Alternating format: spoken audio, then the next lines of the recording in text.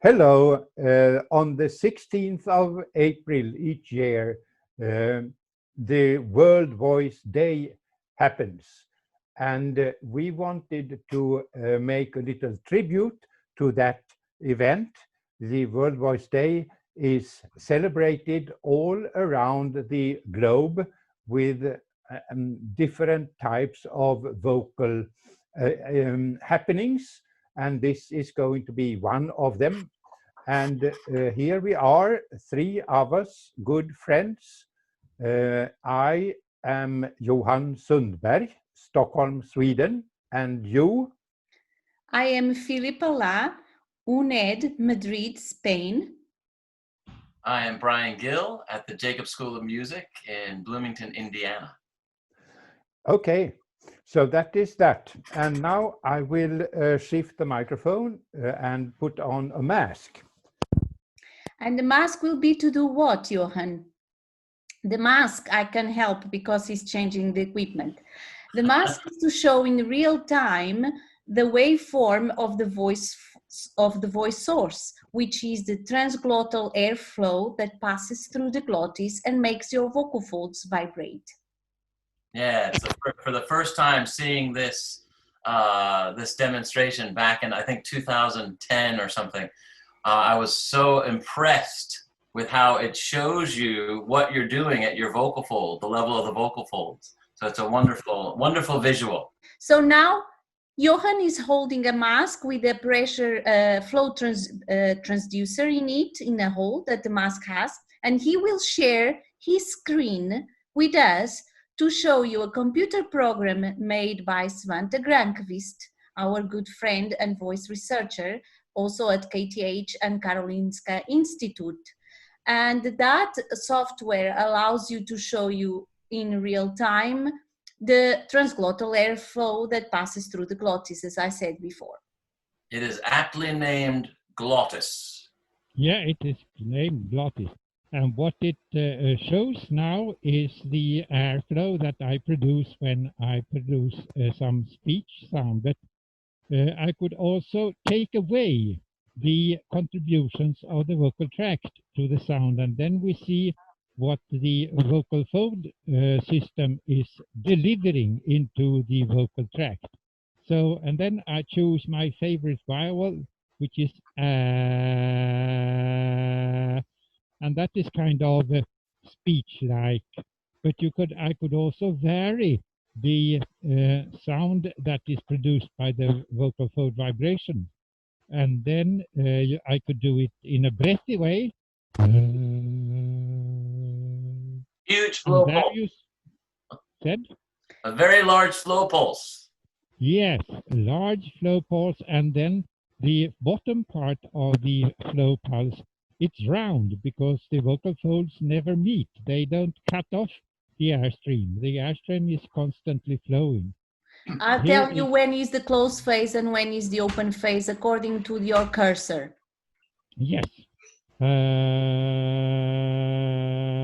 Closed phase. Closed phase. And now open phase, where the airflow passes. That's why there is a peak in the waveform. Yeah. Unfortunately, I need to take a breath every now and then, but that is very common among people. Okay. Now, so what type of phonation were you doing, Johan? That was kind of speech-like neutral phonation. And is does that involve very much glottal adduction, or how do you coordinate the three physiological parameters that are very important for the quality of the voice source? Well, pitch is one thing, and I could control that. And then I have the loudness, so I could vary the loudness, and you could see what happens with the waveform.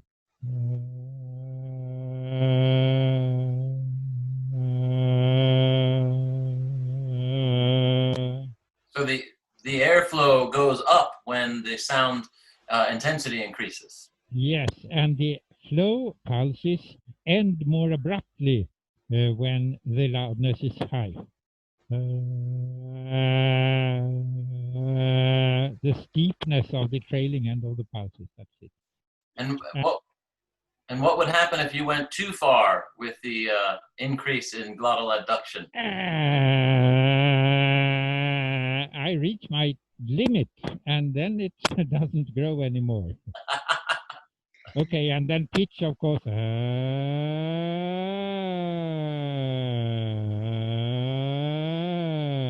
Okay, but now let's see what the third dimension is, and that is when you have switched from breathy to neutral to pressed. I start with breathy.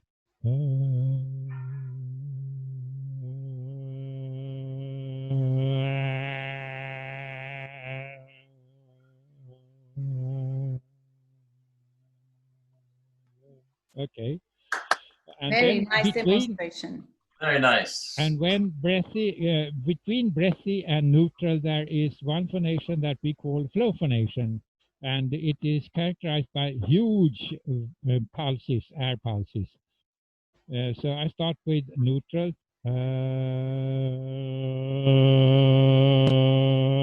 There's a little wiggle in the closed face, and I could get rid of that by adjusting the filter here.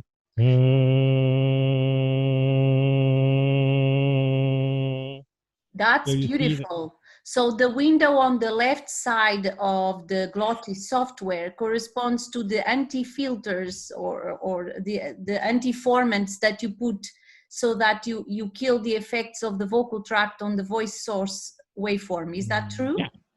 Yes, that is more than true. That is very true. And Svante Svante is a genius. Yes, yeah. it is.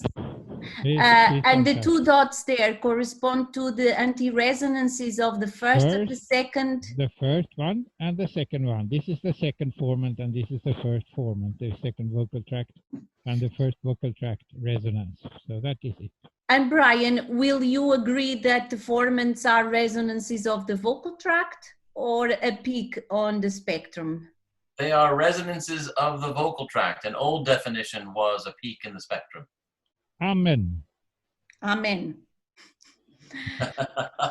And another question, Johan, when you vary from flow to pressed and then to breathy phonation and neutral phonation, do you vary also the effort you are making at the level of the glottis, you think?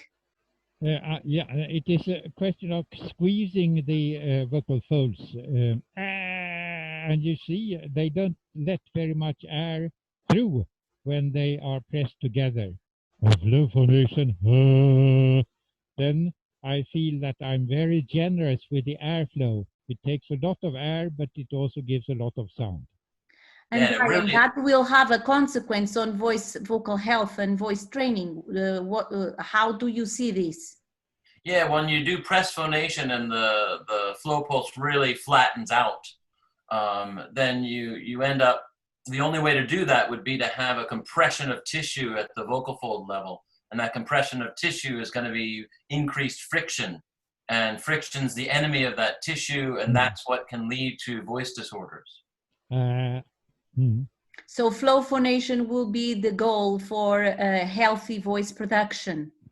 Yeah, absolutely. In order to allow that much flow through, the vocal folds have to be in a position where they minimize friction. But I have lots of people asking, well, if I use always flow phonation in, for example, musical theater or jazz, people get bored because the voice quality will be always the same. So could we use press phonation without causing harm to our voice? How do you see this? For me? Yeah. Yeah, I think that I think in any genre there are minor changes that can occur, both at the vocal fold level and at the acoustic level. The way you're tuning the vocal tract that give you the aesthetic that we all know as a particular style, a language of a style, so to speak. And so I think that within every genre. I have used my flow mask and inverse filter, and you can have a pretty high flow pulse and have the connected sound that's indicative of some pop and belt sounds. You can have a much higher pulse than people initially lead with. So I think that this particular configuration could exist in any genre that I've seen so far. And this goes in the lines with what you say, Johan, and the importance of the pulse of the voice source, the amplitude of the vibration of the vocal folds, and how much air passes through. Can you talk more about the importance of the voice source fundamental and its amplitude? Yeah, it is like that. The amplitude of the pulses, they are directly determining how loud the lowest partial of the voice is. So when I go to flow phonation, I have a strong lowest partial. The fundamental is strong. And you could hear also that the sound is a bit dark, perhaps. And when I say you could almost imagine that my voice is coming from a rather small loudspeaker that is not so gifted, that is unable to emit low frequency tones. Wonderful. Filipa, Yes. do you have a way to teach people flow phonation? Yes, with the flow ball. The flow ball is a small tool like this. It has a tube with a hole in it, square, but then it attaches to a basket that is like that, and then with a small hole in it.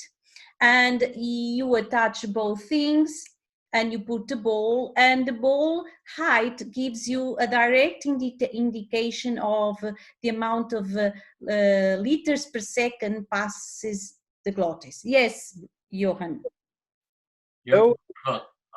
Force. The flow is actually the force that lifts the ball. More flow, the higher the ball goes in the air. Exactly. So I've done a study with Svante and Greta Witzbach and Pedro Andrade that showed that if you lift the ball using 0.4 liters per second, you could have a ball height of 5 centimeters. So you need, for 5 centimeters, you need 0.4 liters per second. But to lift up the flow from the ball from the basket, you only need 0.2 liters per second, which is the amount of flow that you normally use in neutral phonation. So this really, by lifting more and more the ball, you can increase more and more the flow. Of course, you adjust that according to the person you have in front of you, the sex, the age, and the need. But it's a very neat way of doing it. I will put myself facing that whole wall so that you see what I'm going to do. And a suggestion of Johan, I will do press phonation first without the flow ball, and then with the flow ball, and then you hear and you see what happens to the ball. Ooh, ooh. So I don't have enough flow to lift up the ball.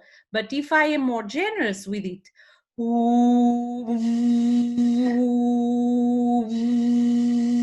you can see that I lift it more. So this is a very direct way of showing the attention and paying attention to only one aspect when you are phonating, that is the flow you use to phonate. So it's quite nice. But I know, Brian, that you use very specific exercises with the same purpose, but without a tool. Could you tell us more about that? Oh, Johan. The flow ball is exceedingly expensive to buy.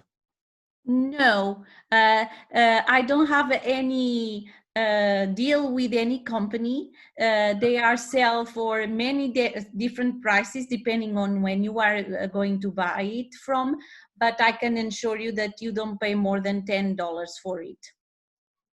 The most expensive, because they're cheaper than that. Deluxe. You should deluxe. Yes. You should have a deal with them, Filipa. You sell it well. I think it's a great tool. It's a great tool for singing. How do you convince people how to provoke avoidance of pressed and furthering flow phonation?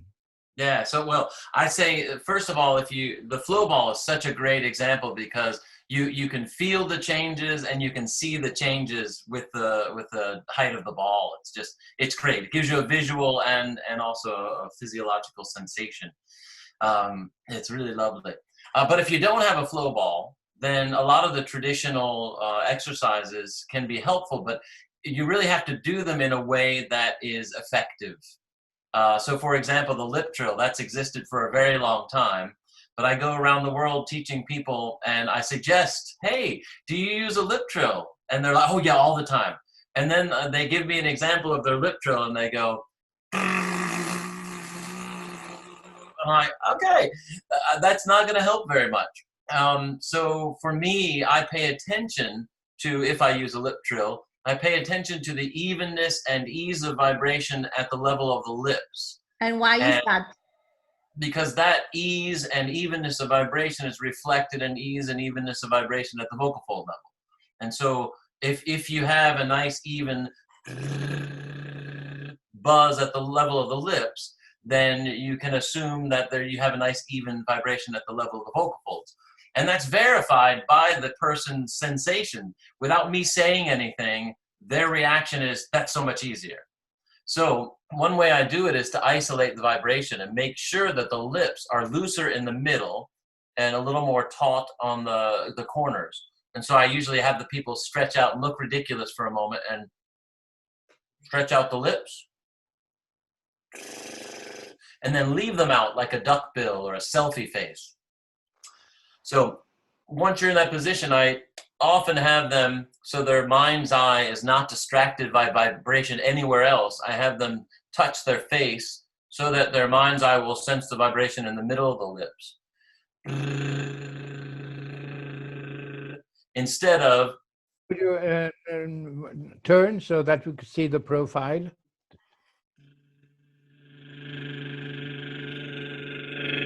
And if you do it like this, it's like a sprinkler. Anyway, it actually, well, in all seriousness, doing it like that with your head from side to side can really ensure bilateral activation of musculature. So it's a good way of getting a person to sing in a more coordinated way with the strap muscles acting as an elastic. Oh. You also have the raspberry. Yes, the raspberry too. So I'll finish with the lip trill, the evenness of vibration here. If a person is, one thing that you need to look out for is constriction, pharyngeal constriction, where they're, and the person will not sense that to be energy right in the middle of the lips. Still feels like it's stuck back here. So what you want is, if we could quantify, would be like the most you can get of resistance to the airflow in the lips and not somewhere else, right? It's the right amount. So I would say you could overly resist at the level of the lips by going. That's too much resistance there, and it makes the flow pulse very uneven, or the flow very uneven. And so you want to find a sweet spot of resistance. If you didn't resist enough,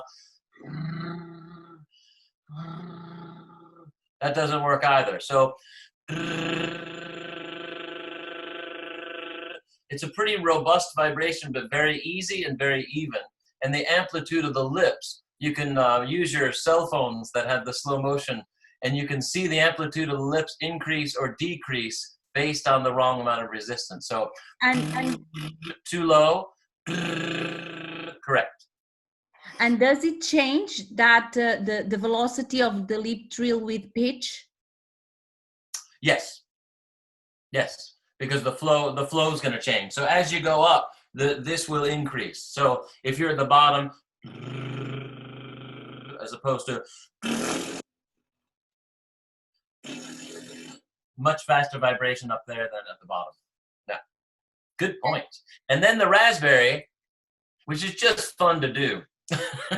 You spit all over the place, and again, in a time like we're in now, do not do these in front of anyone else. No. Or else you'll be spreading potential virus, which is the scariest thing. So also, we should say, we wish everyone well during this crazy time. Yeah. But a raspberry is the tongue out, and there's an upper lip and a lower lip raspberry.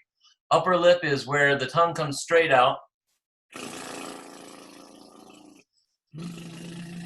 and it vibrates your upper lip. And it's pretty much only your upper lip vibrating with minor movement of the tongue, which you can tell by touching your tongue. It actually doesn't affect the vibration. So you know that it's mostly upper lip. So you're not going to need as much air to do that. With a lower lip, it's both your tongue and your lower lip vibrating. So your tongue comes out down diagonally, and you're moving a lot of tissue. It'll stop when you touch your tongue.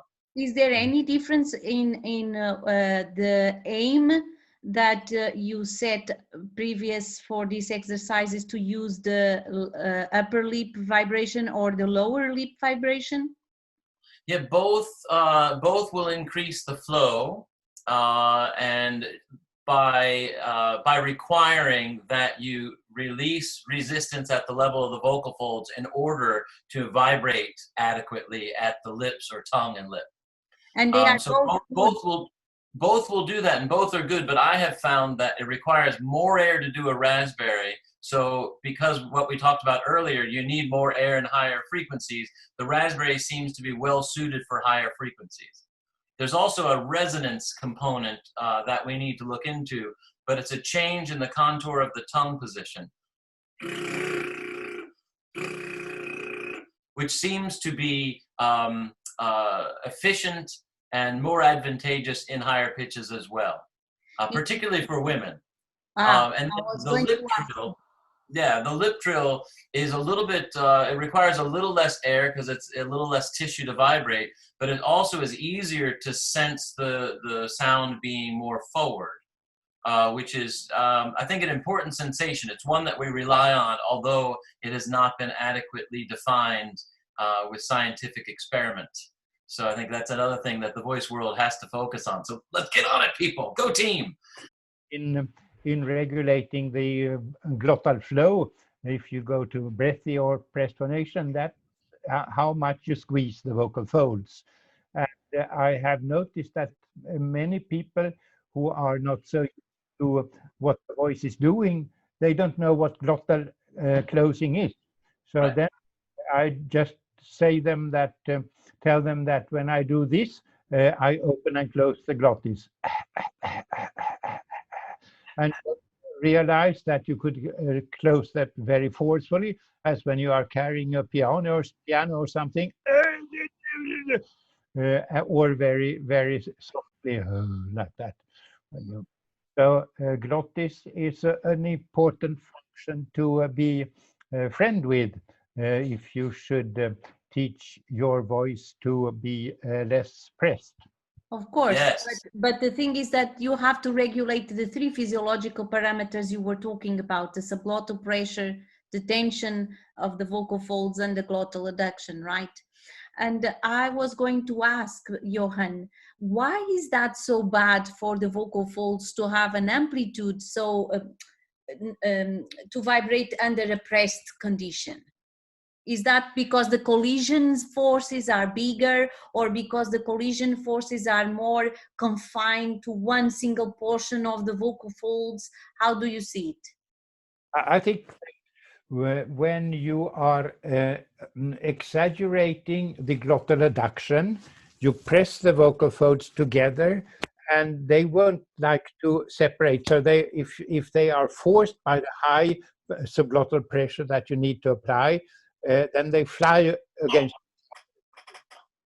While if you reduce glottal adduction, they make bigger excursions and they don't collide with such a great impact force. Nice.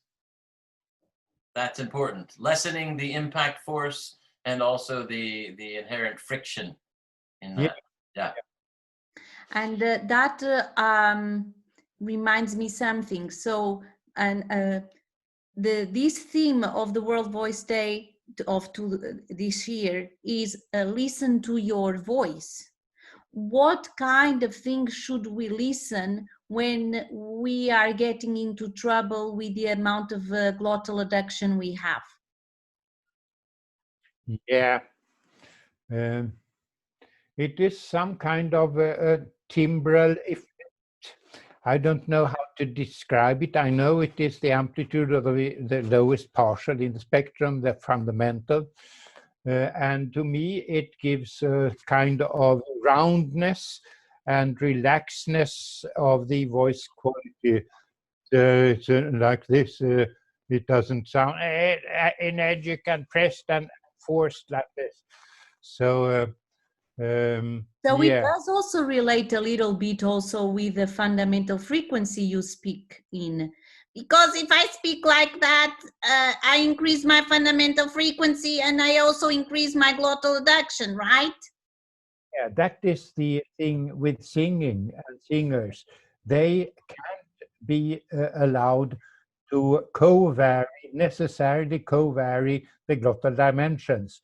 If they increase vocal loudness, they should not automatically increase vocal fold adduction, pressiveness. And if they go to difficult high notes, they are not supposed to automatically go into pressed phonation.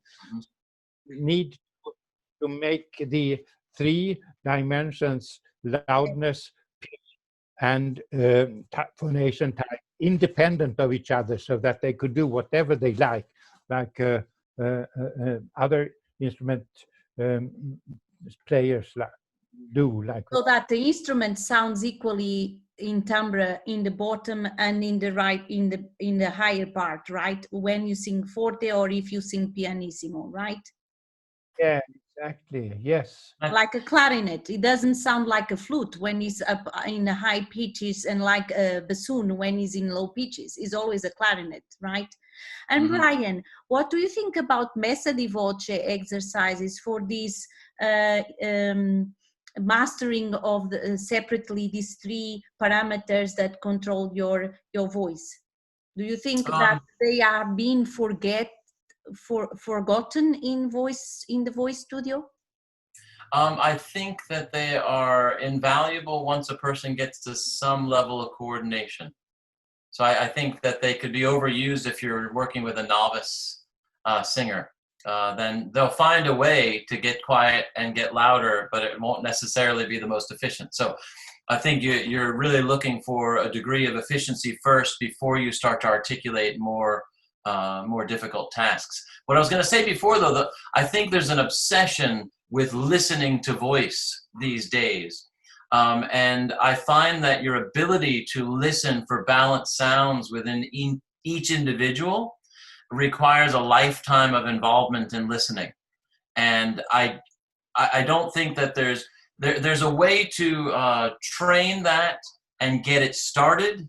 But the fact of the matter is you have to live with it year after year after year, after student after student after student. Whereas there's a physical coordination that you could be shooting for that, thankfully, when you do it, decrease, get rid of excess resistance here, and get a resonance sensation that feels free and easy and buzzy, that will result in each individual's natural, sustainable, most musical timbre effect. And I think that if we have sound at the forefront of our training, we have some kind of ideal, we're going to miss a lot of the individuals we work with. Because you're going to not find their unique timbre, and some are brighter, some are darker, some are in between. So I think that a thing that we should encourage is more of an awareness of the sort of functional intersections of breathing, of vibration at the vocal fold level, and of resonance and articulation. And then enjoy the result. It's such a great result, and you get all these different individual sounds that I think are so wide and vast you can't predict So I never predict a timbre or think that anything's more beautiful than another. I think it's this highly individual voice print that a person has. Amen. With hearing and listening, and that is that our ears are all wrong. They should be sitting up front. Yes. So to hear how it sounds, but they are sitting here, and the sound doesn't scatter very well. It is the low frequencies that are more successful than the high frequencies there.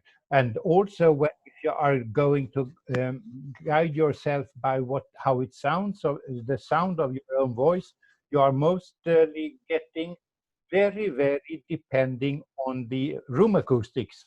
If you go to the bathroom and have reflective walls, it sounds quite different from if you go into the wardrobe and sing the same song there. Weird idea, but anyway, you could try it. Therefore, going for how it sounds in your own head is a bad strategy. It is much more valuable and meaningful to analyze how it feels in your voice. And I just wanted to add one thing there that complements what you both said, that feedback by listening to what you produce with your voice is very slow, and it doesn't allow to correct and set up the right coordination you need to sing. So you must rely more as a singer and a performer on your kinesthetic awareness of the voice production rather than your hearing perception, because what you want is to be an athlete, ultimately an athlete of coordination, and to be an athlete of coordination you need to feed forward your system and not to provide feedback to your system. You will be dead if you do that on stage. So you know to know where you are going before you are leaving for that target. It is important. Like Ronaldo. Like Ronaldo, the football player. He's so good. Yeah, he knows in his head, he sees the trajectory of the ball before he scores the goal.